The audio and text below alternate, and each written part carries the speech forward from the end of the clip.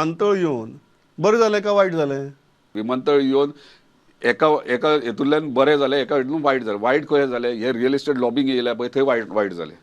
विमानतळ येऊन आमचे इन्फ्रास्ट्रक्चर वाडला पेडण्याचो, पेडण्याक इम्पॉर्टन्स मेळ्ळा, हे बरें जालें.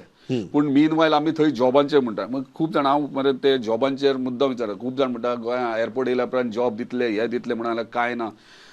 पळय आतां तूं एक PWD कॉन्ट्रॅक्टर, हांव डिपार्टमेंटांतल्यान तुका एक कॉन्ट्रॅक्ट दिलो.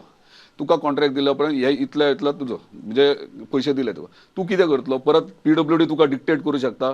तूं ना तूं हेंकाच घेवंक जाय, तेंकां जाय. तुका लेबर सवाय भितर मेळटा तेतून तूं करतलो न्हू, तुजो प्रॉफीट पळयतलो.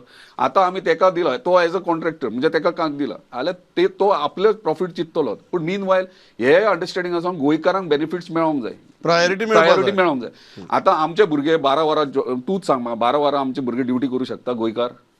12 वरां ड्युटी करूं शकना. ते म्हाजे कडेन येतात ऑफिसांत न्हू, आपणाक त्रास जाता म्हणटा, जॉबाक लागलेले त्रास जाता म्हणटा. आमकां 12 वरां जावची ना म्हणटात. 12 कंटिन्युअस नायट शिफ्ट आनी हे चलये मनशाक नायट शिफ्टी बीन जायना न्हू ते करपाक थंयसर. सो ते अंडरस्टँड करून घेवपाक जाय. आमकां बरें जालें वायट जालें हे डिफरंट.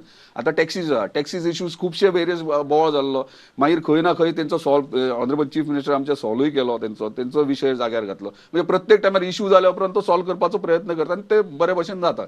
सो दोन बाजू आहा. एअरपोर्ट येवन बरें जालें आनी काही कारणान वायटूय जालें.